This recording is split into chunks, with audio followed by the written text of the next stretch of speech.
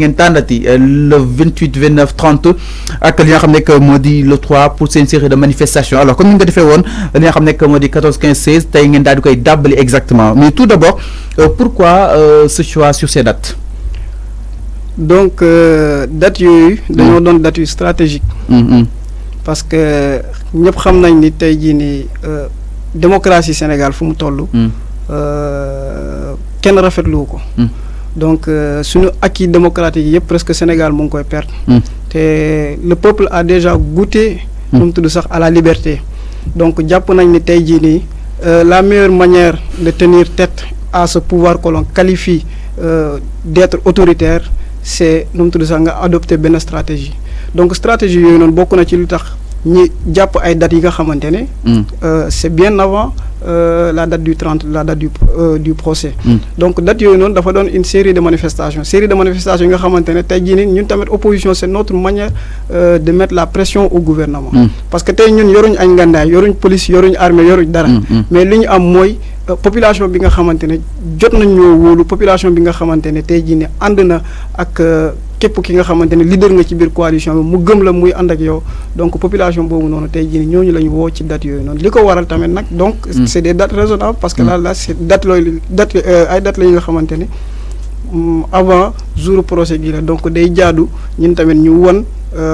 ñun nga xamante ne ñoo nekk à l'échelle nationale aussi bien qu'à l'échelle internationale que lii nii moo xew ci dëkk bi donc ñun bañuñ ni sax dossier bi c'est nu mu tudd sax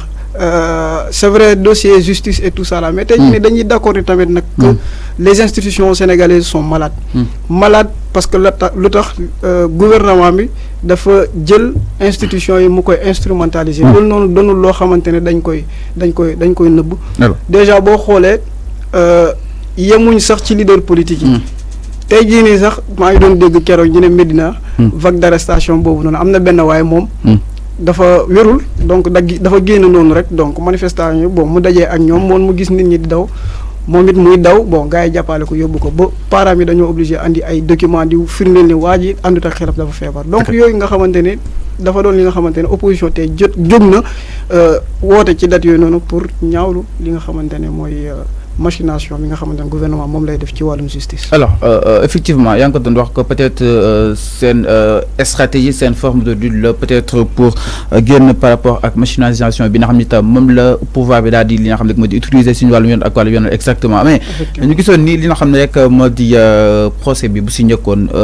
le 16 bi passé ngeen woote woon le 14 15 16 alors yëf yi nag ñu daal di koy annulé ba cherché woon aussi loolu ñu daal di mën a étouffer li nga xam ne moo di procès bi nga xam tam jàpp nañ ko le 30 baa ne ko exactement loolu mooy but bi peut-être pour ñu ko mën ko li nga xam ne que moo di ajaniwaat ba jëmi jamono. waaw déjà ñu rappeler que ni ñun ñu ngi ci coalition bi dafa am ay partis yoo xamante ni ak ay mouvements yu ko tënk donc dañoo viser ci biir coalition benn leader précisément muy Ousmane Sonko. ok donc yoon la tey jii nii bu amee naqar bu ko gouvernement bi di jaay doole képp ki nga xamante ne yaa ngi wuyoo turu coalition boobu noonu. même ak ñi nga xamante ne sax defuñ sax politique mais ñi jàpp ne dossier bii nii. dossier politique la. yoon la tey nga jóg taxaw jàmbarloo ak nu mu tudd sax gouvernement bi. donc date yooyu noonu dëgg la ñu bëri dañuy naan objectif bi mooy empêcher procès bi. mais Sonko bu demee ba engagé ay avocats c'est pas pour empêcher procès parce que ku dem ba wut avocat c'est pour dem procès keroog maa ngi doon suivre kii nu mu tudd sax dernier avocat bu moo recruter le français là dafa ne voilà dafa ne ñoom stratégie bi mu bëgg a def mooy maanaam plaider non-lieu donc ku demee ba di élaborer benn stratégie pour plaider non-lieu c'est que laisse dire que donc il envisage un procès mais avant procès tamit nag day jaadu tey jii ni ñu woon démocratie bi fu mu toll. Il est aussi bien que l'on monte à l'échelle nationale aussi bien qu'à l'échelle internationale que fu mu ne nii le pays est tenu en otage. démocratie fu mu toll instant bii nii pour yow. xam nga tey jii nii. bu ñuy xool sax la démocratie sénégalaise a connu un recul. parce que depuis l'avènement de Maître Wade en 2000 première alternance politique Sénégal dafa goûter ci la liberté mu doon loo xamante ni moom moo nekkoon sax presque la marque de fabrique des libéralistes. Wade jiite woon ko. donc dañoo ñëw ba en un moment liberté d'expression yéen ay journalistes yi ngeen depuis kañ la Sénégal te gëj a jël journaliste teg ko loxo. loolu yëpp ci nguuru Macky Sall bi dañ ko gis. yemuñ ci loolu noonu jël ay médecins di leen tëj et puis médecin nu mu dee il est tenu par un secret médical. Il n'a pas l'obligation de révéler notre dossier médical ou patient à qui que ce soit. Donc ainsi de suite bu ñu ne dañuy jël exemple sax duñ fi jógee. Donc boo xoolee tey personne n'est en sécurité nga def sa benn post benn publication tey ci réseaux sociaux yi lendemain bi ñu ñoo jël si la ñu ne la amoo droit wax ko c'est des arrestations nga xamante ne kenn mënu koo justifier. te dañoo nekk ci pays de droit donc dañoo jàpp ne les éléments les b.a.-ba de notre démocratie Macky Sall mu ngi koy salfaañe. alors sànq yaa ngi wax exactement sont tous les éléments peut-être injustifiables mais est-ce que jàppoo ni date yooyu ngeen tànn parce que gis na ko li ci xew récemment par rapport ak li nga xam ne moo di conséquences yi bokkoon na si nga xam ne moo di scène de pillage ak aussi destruction jëm si nga xam ne moo di ay biens koo xam ne peut-être bokkul si li nga xam ne moo di manifestation donc est-ce que des fois de temps à autre duñu peut-être dégénérer par rapport ak suñuy bëgg-bëgg. Voilà effectivement xam nga tey jiite dafa jafe. te boo jiitee di nga jiite façon nit bu ne. te coalition bi dafa woote. ne dañuy def lii donc nit ñi wuyu si nañ. Il se trouve que tamit foule la mbooloo la kenn mënu leen maîtriser à 100%. Peut-être que am na ñoo xam parce que tey jii nii gis naa sama benn xarit mu ne moom man sama moto bi dañ ko sàcc xam nga tey jii nii woote wuñ pour ñu dem jël moto jàmbur. benn maire Mermoz fii nii bon saccagé nañ ay nu mu tudd sax lim ay marchandises am li mu doon jaay. jooyoon na jooy yu métti. xam nga tey jii nii leader politique tey jii nii du jóg di santaane lu mel noonu. parce que lan la politique c'est avant tout d'abord encourager l'effort de travail. ay magasins yu ñu saccagé tey jii nii benn leader politique Sénégal du ko conseiller. sauf que woote moo doon loo xamante ne boo ko defee façon nit bu ne dina ci jéem a profité def ci li mu war a def donc loolu noonu nga xamante ne ñaawlu nañ ko donc ñu ngi ci jéggalu di tuub. donc yéen siy dégager seen part de responsabilité. yaakaar ne loolu peut-être du les patriotes wala comme sax du waa Yewwi Askan Wi dafa am ñeneen ñu si rax. loolu laa nekk di wax parce que tamit la manifestation s'étendait dans l'échelle nationale il était difficile de dire qui faisait quoi. donc loolu noonu benn limite la woon donc xam nga y a un penseur là qui disait que à une loi injuste nul n'est tenu d'obéir donc la désobéissance face à une loi injuste devient moralement acceptable ce qui laisse dire que tey désobéissance civile dafa am anam yu bëri nga xamante ne mën nañ ko defee.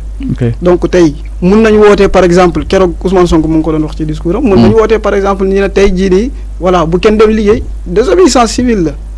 voilà on a appelé à une méthode c'est vrai que bon lu jot a xew kenn du ko rafetlu parce que nous sommes tous des républicains nous sommes tous des patriotes ay sénégalais lañ mais tamit nag on peut pas maîtriser qui fait quoi. tey jii nii ki nga xamante ne peut-être que moom liggéeyam muy jug dem agressé moom gis na ne ñu ngi saccagé benn magasin bon il se lève mu dem def li mu war a def loolu noonu dëgg la dañuy naan coalition bi moo tax. donc yéen si dégagé seen part de responsabilité. te pas non ñun lépp li nga xamante ne def nañ ko woote nañ si Sénégalais yi ñu ngi koy assumer avec responsabilité parce que tamit la politique c'est avant tout d'abord assumer ses responsabilités nous assumons complètement nos actes mais dama ne comme li ma la wax la tey. xam nga tey il est bon nga ne opposition def nañ lii nii. mais boo xoolee. Ce que les manifestants ont fait, c'est une réaction découlant même de l'action policière. tey jii nii buñ ne par exemple ci procédure bi ñun sax loolu la ñuy gën a sax ñaawlu FDS lay gën a war. Ousmane Sonko dafa doon koo xamante ne dafa am ay droit am ay àq am ay yelleef ci biir réew mi. Mame Mbaye Niang tamit kazalika. mais mënuñ comprendre ñu ne procès am na Mame Mbaye Niang dugg kat-katam bu climatisé dem tribunal. Ousmane Sonko ñu koy jël di ko dugal ci fourgon ni ko mbooloo benn la mbooloo bi topp Mame Mbaye Niang est-ce que topp na Ousmane Sonko ñoom ñoo war a comprendre ni déjà du benn parce que Ousmane Sonko dañuy naan trouble à l'ordre public en personne fu mu génn gars yi dañ koy topp effectivement ñoom ñoo war a mën a comprendre ni rapport de force yi duñ benn kon tey c'est normal que Ousmane Sonko bu jógee taxaw ci tali bi ay fukki nit wër ko melul ni tey par exemple benn Mame Mbaye Niang bu taxaw nit ñi peut-être que dañ koy yëkkati loxo rek mais ñoom ce qui compte c'est quoi tu as donné rendez-vous à une personne. Tiens-toi à l'heure nga toog sa bureau wala nga toog sa tribunal xaar ko il se présente à cette heure-là. tey jii nii sax le jugement peut se tenir même à l'absence même de la personne qui doit être jugée loolu noonu yoon may na ko tey bu ñu la convoqué woon justice bu la neexee bul dem mais conséquences yooyu yaa koy yelloo parce que justice mun na def jugement sans toi sans tes avocats conséquence bi yow la parce que tu n'étais pas là pour te défendre pourquoi ñoom defuñu loolu doon mais il préfère que jël Ousmane Sonko donc loolu noonu day engendrer benn colère bi nga xamante après foule bi kenn du maîtriser ti donc je pense que c'était une réaction de la part de l'action policière. Alors mais la façon dont la population a réagi par rapport ak li nga xam ne moom la police daal di def abat si bopp li nga xam ne moo di askan wi maanaam li nga xam ne moo di manifestation yi nga xam ne itam yëf yi bokk na lu ko déclenché exactement est-ce que Sonko respecté woon li nga xam ne moo di son itinéraire bi nga préfet bi daal di tracé est-ce que doon mën a yegg si situation yu mel nii. voilà comme li ma la wax la rek gis nga yooyu noonu yëpp. erreur la. tey mënoo woo nit mu lay wuyu si nga koy wax fu fan lay aw. su nekkee préfet fii dafay gis risque nag nee la awal fii. non mais risque bi yow. yow bàyyi ko rek bu demee parce que fii nii procédure judiciaire la. bu demee moom bu defee li mu warul def bu la neexee ngeen toppaat ko ci loolu noonu mais lu leer ba leer mooy da nga woote da ngay toog ba ñu wuyu si la. te yow nga tënku ci sa waxtu bi nga xamante ne moom nga wootee que la personne n'a qu'à se présenter à l'heure indiquée. je pense que problème bi loolu la mais mënoo woo nit ki ba pare nga koy naan fii ngay jaar. doo dugg ci oto bi suñu oto ngay dugg suñu fourgon ngay dugg donc loolu yëpp day créer benn mésentente day créer benn révolte loolu noonu c'est comme si mettre l'huile sur le feu. alors c'est loolu monsieur Dieng ñu gis ni sa doom baay di ki nga xam ne moo di Mame Mbaye Niang porté na plainte nag ki nga xam ne rek moo di Ousmane Sonko par rapport ak diffamation mais lu ko jiitu loolu plainte li nga xam ne moo di Prodac Sonko wala li nga xam ne moo di ay preuves devant Mame Mbaye Niang alors tout d'abord naka na analyser boobu li nga xam ne moo di plainte est-ce que jaaroon na ni si normalement ki nga xam ne moo di Mame Mbaye Niang waroon na porter plainte Ousmane Sonko léegi mu dem leeral lu jëm si xaalisu li nga xam ne moo di Prodac beeg 29 milliards yi. voilà donc xam nga foofu noonu day baax trop ñi leeral sénégalais yi. parce que comme loolu la docteur Babacar Diop di ñu wax tout le temps. mu bind ko ci livre bi nga xamante moom la bind ñu koy naan la vocation de servir. alors ce qu'il a développé là-bas c'est que tey jii nii Sénégal dañoo toll fi nga xamante ne on définit la politique comme étant un acte ou bien un pouvoir de jouissance. mooy li nga xamante ne rek nguur la maanaam dañ ciy nekk di ci bànneexlu rek. fu oto gën a rafet nga jënd fu kër gën a baax nga jënd voilà fu xew gën a baax rek yow ñu tudd la fa donc loolu noonu dafa jot ñi génn ci domaine boobu noonu dugg ci li nga xamante ne moom mooy la politique de ndénkaane te politique de ndénkaane mooy lan mooy loo xamante ne tey jii nii bu ñu la ko joxee dalay leer na bis dina ñëw danaa ko delloo te delloo buy am ce qui veut dire que damaa war a rendre compte. donc ci kaw loolu noonu bu ñu la dénkee alalu réew mi il faut te préparer de rendre compte demain donc Mame Mbaye Niang effectivement nekkoon na fi ministre de la jeunesse. ci tutelam ñu dugal fa Prodac. donc ci loolu noonu di leen fàttaliku ni sax ni Sonko sax da cee mujj. waaye moom dafa jël ci ñëpp ñi nga wax mu tàmm ci kenn muy Ousmane Sonko moo tax dañ ne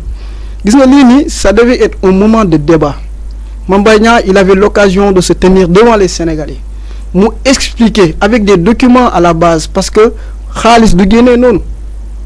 xaalis tey jii nii dafa doon loo xamante ne boo koy génnee ay preuve nga ci ay preuve ngay teg ay facture ngay andi ay contrat ngay andi donc contrat yooyu noonu mu jël lépp teg ko ci kaw table sénégalais gis ko c'était le moment pour lui mu leeral sénégalais lii nii ak lii nii moo am mais il a décidé de se battre avec Ousmane Sonko ce qui laisse dire que moom l'argument de la force moo ko ci intéressé non pas la force de l'argument donc ñun jàpp nañ ne lii nii procès politique la. alors procès politique la si ñu ko gisee exactement mais est-ce que jàppoon aussi Sonko diffamation la. nekkul exactement fan la xaalis Prodac bi aw mais dans ce cas de diffamation la